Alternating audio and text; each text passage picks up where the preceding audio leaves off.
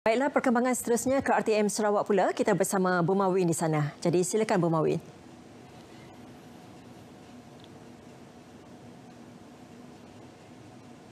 Terima kasih Nolela di Angkasa Puri. Salam sejahtera dan salam hormat. Kementerian Perdagangan Dalam Negeri dan Hal Ehwal Pengguna KPDNHEP telah menjalankan 17,496 pemeriksaan sepanjang penguatkuasaan skim harga maksimum musim perayaan SHMMP sempena Hari Raya Aidilfitri seluruh Malaysia. Menterinya Datuk Alexander Nantalinggi memberitahu sepanjang tempoh 20 Mei hingga semalam RM118,000 kompaun telah dikutip. Sehubungan itu, Datuk Alexander menafikan aduan sesetengah pihak yang menyatakan KPDNHEP tidak menjalankan pemeriksaan sepanjang tempoh tersebut. Pihak berkuasa KPDNHEP ini bergerak dan memantau. Bukan seperti mana ada tuduhan di sesetengah pihak mengatakan kita ini tidak memantau. Tak betul. Menurutnya lagi, sebanyak 22 aduan telah diterima atas pelbagai kesalahan dan sejumlah lebih RM10,000 barangan telah dirampas ekoran peniaga yang tidak mematuhi peraturan yang ditetapkan. Beliau memberitahu demikian kepada pemberita semasa sidang media selepas lawatan ke Pasar Bandar Rial di Kota Samarahan pagi tadi. Tegas beliau lagi, terdapat 17 peniaga yang menjual barang melebihi harga yang ditetapkan, 31 peniaga gagal meletakkan tanda harga kepada barangan yang dijual dan mereka semua telah diambil tindakan. Beliau terus menggesa para peniaga supaya terus mematuhi peraturan yang telah ditetapkan dari semasa ke semasa untuk memudahkan semua pihak. Dalam pada itu, beliau memuji peniaga di Pasar Bandar Rial kerana patuh prosedur operasi standard SOP di tempat awam semasa Perintah Kawalan Pergerakan bersyarat dan terdapat peniaga yang menjual barangan kawalan lebih rendah dari harga maksimum yang ditetapkan. Penularan pandemik COVID-19 yang memaksa kerajaan untuk melaksanakan Perintah Kawalan Pergerakan sejak 18 Mac lepas menyebabkan banyak sektor terhenti, termasuk sektor pembinaan yang melibatkan projek pembangunan di kampung-kampung. Ahli Parlimen Santubong merangkap Menteri Pembangunan Usahawan dan Koperasi, Datuk Seri Dr. Wan Junaidi Tuanku Jaafar berkata, di Parlimennya yang mempunyai 3 kawasan Dewan Undangan Negeri, projek pembangunan bernilai tidak kurang daripada RM20 juta masih tergendala berikutan perintah berkenaan. Menurut beliau, banyak projek yang diluluskan Jabatan Kerja Raya JKR seperti projek pembinaan parit di Kampung Selipar Putus Tabuan, pembinaan baru jeti di Kampung Sejingkat, pembinaan baru Dewan di Terusan Jaya Sematan dan pembinaan jalan di Kampung Teluk Melano tidak dapat dilaksanakan walaupun sudah mempunyai dana kewangan.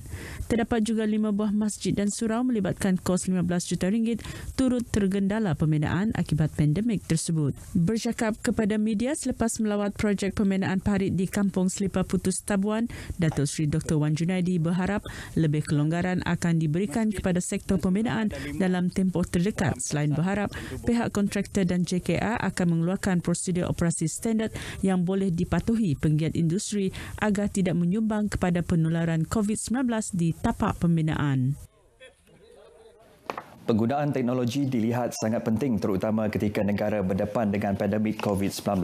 Begitu juga situasi di Bumi Kenyalang. Aplikasi COVID Trace dicipta untuk memerangi virus berkenaan daripada terus merebak di negeri ini.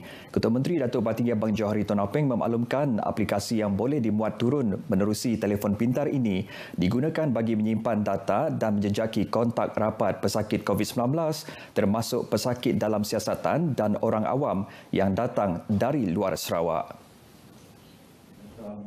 Jelas Datuk Batinggi Abang Johari, data yang dimasukkan di aplikasi ini juga akan disimpan oleh pihak Jabatan Kesihatan Negeri Sarawak bagi mengesan individu sekiranya berlaku sebarang kes jangkitan di lokasi-lokasi keberadaan masyarakat di negeri ini. We are quite advanced in terms of this IT storage data through the application. We are quite advanced. And we did know that COVID is going to be there.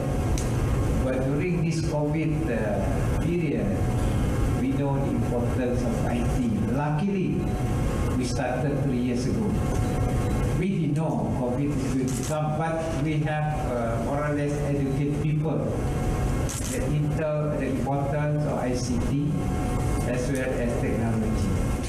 Ketua Menteri juga menggalakkan syarikat pengangkutan awam di negeri ini untuk mewajibkan penumpang mengisi maklumat mereka dalam aplikasi berkenaan ketika menaiki perkhidmatan awam selain mewajibkan pemeriksaan suhu badan dan penggunaan pelitup separuh muka.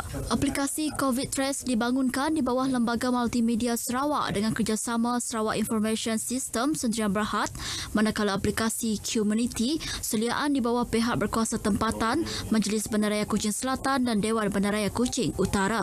Aplikasi Qmanity yang dimuat turun di peranti pintar ini digunakan untuk memasuki setiap premis perniagaan dan setakat ini sebanyak 134,229 yang berdaftar dalam aplikasi berkenaan. Beliau berucap demikian ketika menyempurnakan majlis perasmian aplikasi COVID Trace dan aplikasi Qmanity di Wisma Bapa Malaysia, Kuching. Perkembangan COVID-19 di Sarawak, tiada kes baharu positif COVID-19 dilaporkan hari ini sekaligus mencatatkan jumlah kes kekal sebanyak 552 kes. Pengerusi Jawatan Kuasa Pengurusan Bencana Negeri JPBN Sarawak, Dato' Amar Douglas Zugambas memaklumkan terdapat 13 kes telah sembuh dan discharge dari hospital. Dato' Ahmad Douglas berkata jumlah keseluruhan kes positif COVID-19 yang telah sembuh dan discharge ialah seramai 499 orang atau 90.40%.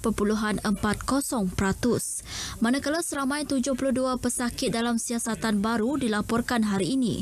Sementara itu, sebanyak 6,629 jumlah permohonan pergerakan antara daerah telah diterima di 28 buah ibu pejabat daerah PDRM seluruh negeri, menjadikan jumlah kumulatif sebanyak 75,394 telah diluluskan dan 7,365 ditolak. Dato' Ahmad Douglas berkata demikian pada sidang media harian COVID-19 di Kuching. Dalam pada itu, Timbalan Ketua Menteri turut memberitahu terdapat satu kawasan baharu wabak rabies dikesan iaitu di Kampung Tian Matu Muka sekaligus menjadi kawasan yang ke-64. Sarawak sasar golongan petani di negeri ini memperoleh pendapatan RM5,000 sebulan menjelang tahun 2030 selain menjadi pengeksport utama produk pertanian.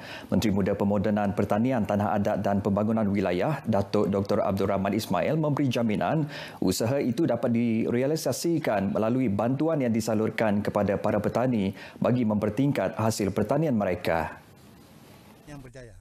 Pada permulaan kita bagi subsidi dalam lingkungan antara 10,000 sehingga kepada 60,000. Yang penting sebenarnya kita nak meningkatkan pendapatan para petani setiap bulan, setiap keluarga tani, supaya sekurang-kurangnya setiap keluarga akan mendapat pendapatan RM5,000 sebulan menjelang tahun 2030. Bagi petani yang berjaya kelak, akan ditawarkan bantuan pinjaman mudah bagi petani yang berhasrat untuk mempertingkat produktiviti pertanian. Beliau yang juga ahli Dewan Undangan Negeri Bukit Kota turut menyatakan Sarawak mempunyai kelebihan untuk menjalankan aktiviti pertanian dalam skala yang lebih besar. Tapi dengan pendekatan baru dengan kerajaan membantu dari segi pengeluaran penanaman sampai kepada pemasaran, insya-Allah pertanian akan dapat dimajukan. Beliau bercakap demikian kepada pemberita selepas menghadiri acara simbolik penanaman kelapa Program Fasiliti Pertanian AFF di Kampung Sayong, Limbang. Dahulu, beliau menghadiri simbolik input pertanian AFF serta mengagihkan benih tanaman, peralatan ladang, baja dan racun kepada para peserta di bawah program berkenaan. Baik saudara, setakat ini dahulu sumbangan berita dari Sarawak. Kembali bersama Nur Lela di Angkasa Puri. Silakan Lela.